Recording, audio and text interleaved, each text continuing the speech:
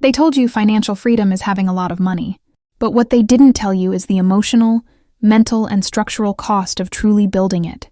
Because it's not just about earning more. It's about becoming a woman who knows what to do with the money that passes through her hands, even when it's still a small amount.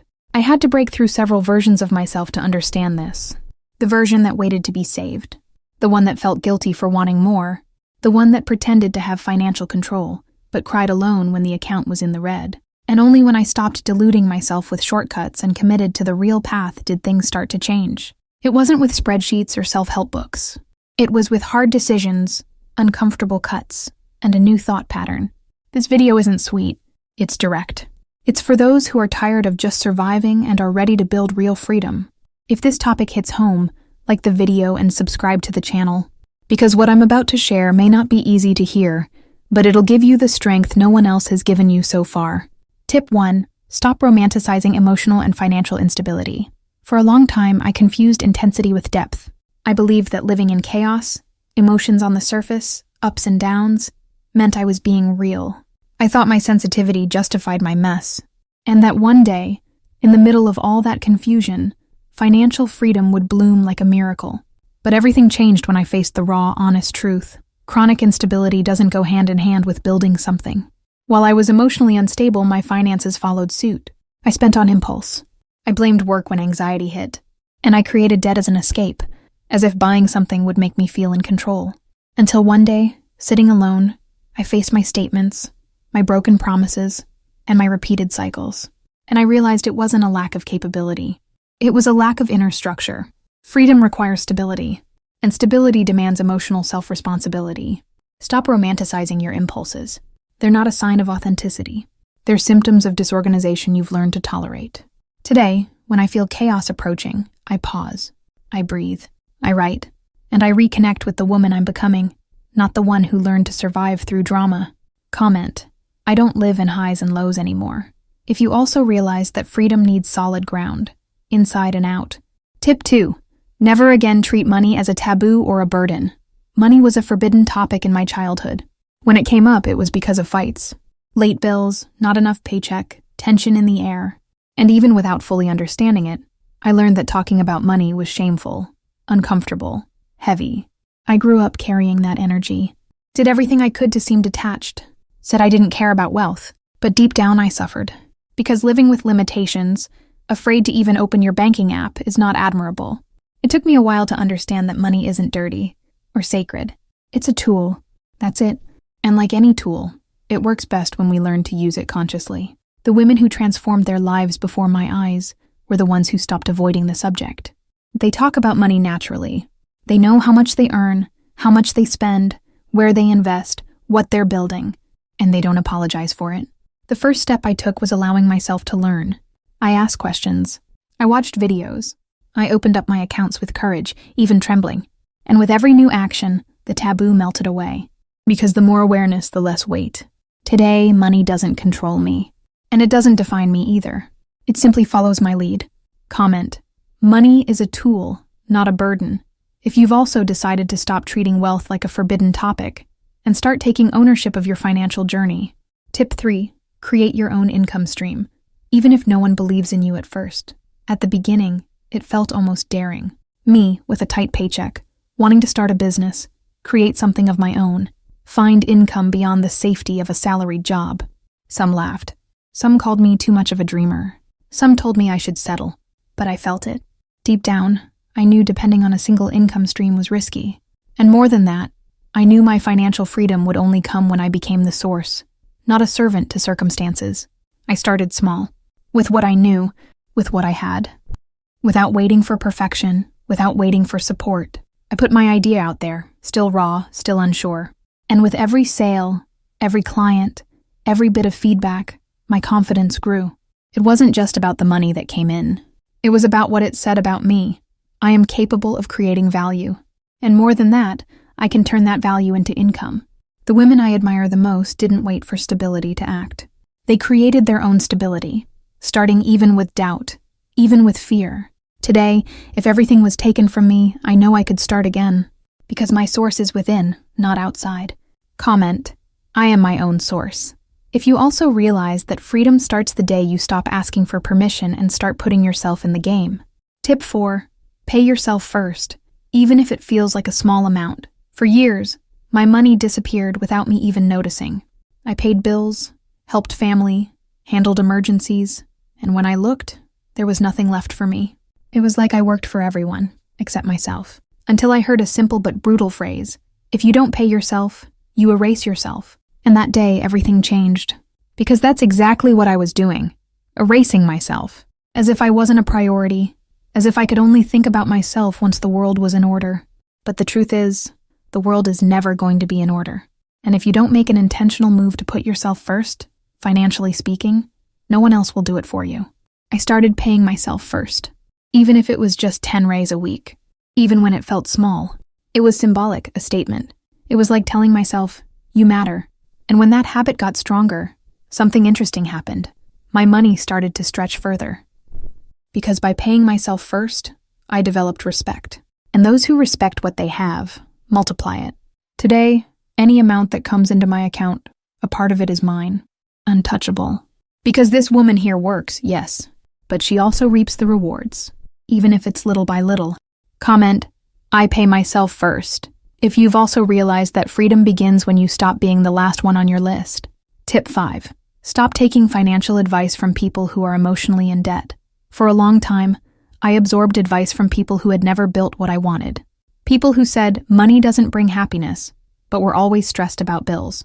People who criticized investments, but had no savings. People who talked about risk, but never left their comfort zone. The most dangerous part is these words came wrapped in love. Mothers, friends, co-workers, people who loved me, but unknowingly programmed me to live in scarcity mode. Until I understood something obvious. Just because someone loves you doesn't mean they know how to guide you. And more, people who are emotionally in debt tend to protect their own wounds by projecting fear onto others. It was painful to admit this, but essential. I stopped sharing my plans with those who couldn't handle them, and I started silencing my need for validation. The wealthy woman I observed was selective about the voices she listened to. She chose advice like she chose business partners, carefully, and she surrounded herself with references that expanded her, not ones that limited her. Today my listening is filtered, not out of arrogance, but out of self-preservation, because the next version of my life can't be written by someone else's script. Comment, filtering advice is self-care, if you've also decided to stop absorbing fears that aren't yours. Tip 6. Wealth is built through small decisions, made consistently. At first, I thought getting rich meant having a stroke of luck, a prize, an inheritance, a project that went viral and changed everything overnight. It was like I was waiting for that big moment to fix my life, but it never came. What came instead was the exhaustion of waiting. It was only when I started observing women who built freedom from scratch that I realized none of them had a magical day. They had consistent years, small decisions, every day, saving a little, negotiating better, saying no to unnecessary expenses, studying before spending, repeating simple habits until they became part of their identity. These choices, which seem insignificant at first, are the ones that form the foundation of a wealthy woman, not because they quickly build numbers, but because they shape behavior, they build confidence, and create stability. That's how I started, with little, but with consistency. And what seemed slow became solid. Today my wealth isn't just in what I have, it's in what I know how to repeat. Comment, I choose my wealth every day. If you've also realized that fortune is built with discipline, not magic. Tip 7. Your freedom begins the moment you stop waiting for permission to get rich. For years, I did everything right. Followed the rules, met my obligations, was polite, responsible, discreet. But inside I felt trapped, like I was waiting for someone, at some point, to give me permission to prosper. It was as if getting rich was reserved for other women. Bolder, more confident, more ready. And me? I was just supposed to keep waiting for my turn. Until I realized, no one's going to tap your shoulder and say, now you're allowed to get rich. That permission has to come from within. It has to be wrestled away from the beliefs that taught you ambitious women are selfish, or that wanting money is superficial, or that freedom is a privilege for a few. Everything changed when I stopped asking for validation, stopped justifying my choices, stopped shrinking myself to fit other people's expectations. From that point on, my decisions changed, my actions changed, and the way the world responded to me changed too. Freedom begins when you choose yourself. even if they talk, even if they judge, even if it feels too early or too late. Comment, I don't ask for permission to get rich anymore if you've also decided to give yourself the right to live at the level that's always been yours. Tip 8. Emotional poverty also delays your material wealth. It was only when I started looking at my relationships more coldly that I understood. I was financially sabotaged by emotionally poor environments and bonds. People who only talked about tragedy, friendships built on complaining, relationships based on pity, emotional debt, or guilt. And the worst part, I thought that was normal, as if it were my job to save everyone, even while I was drowning. Until I understood, someone surrounded by emotional poverty rarely builds material abundance, because when you're constantly putting out someone else's fires, how much energy is left to build wealth? If your conversations drain you, if your relationships hold you back, if the place you call home feels oppressive, no financial miracle will fix that. I had to step away, silently, without drama, not because I thought I was better, but because I wanted something different, and no one could walk that path for me. After that break, everything became clearer. More focus, more ease, more clarity about who I was and what I deserved to build. Comment, my bonds support my freedom. If you've also realized that wealth requires strong connections, not emotional burdens. Tip 9. Wealth is built through routine, not occasional inspiration. I used to think I needed to feel inspired to act, that some magical motivation was necessary to take care of my money, to study, to work better. And while I waited for that spark, the days passed, and my bank balance stayed the same, or got worse, until a woman, who now lives the kind of freedom I admire, told me something simple. Inspiration is a luxury. Routine is what builds. And that sentence kept echoing in my mind. The truth is, the wealthy woman you see today doesn't wake up excited every day. She wakes up committed. And she does what needs to be done, without applause, without the perfect mood, without enthusiasm. Once I understood that, I reorganized everything, created rituals, set weekly goals, established fixed times to review my finances, like a sacred commitment to myself. And you know what happened? My motivation grew, because motivation comes from action, not the other way around. Routine gave me clarity. It freed me from the emotional trap of, do I feel like it today or not? And it put me in constant motion. Today, it's not about luck. It's about method. Comment, my wealth is a routine, not a fluke. If you've also realized that discipline builds what desire alone can't sustain. Tip 10. You'll only be free when you stop living below what you deserve. For a long time, I accepted crumbs. Crumbs of attention, of recognition, of money. I believed that's all I could have, that it wasn't okay to want more, that just having enough was already a privilege. But deep down I knew. I knew I was shrinking myself. I knew I was living beneath the woman I could be.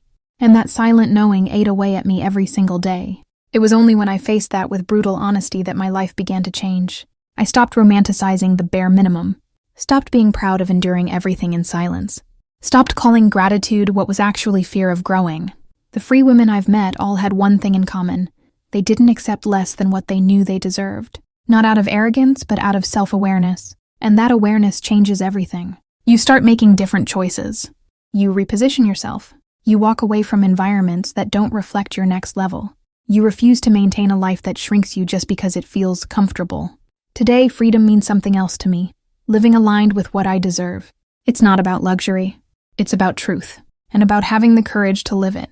Comment, I don't accept less than I deserve. If you've also decided to stop surviving and start living at your full height.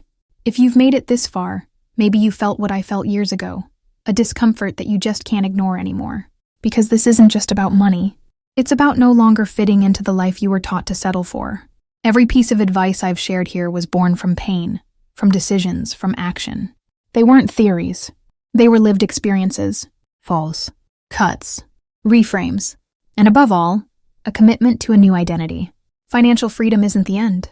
It's the beginning of a life where you decide, where you choose, where you stop reacting and start building with intention. Maybe you're still afraid. That's okay. Most of us start out scared. But the difference between those who achieve and those who only dream lies in the step you take after fear. Start with what you have, with what you know, with the woman you are now, not the one you dream of becoming. Because only those who start today can transform by 2026.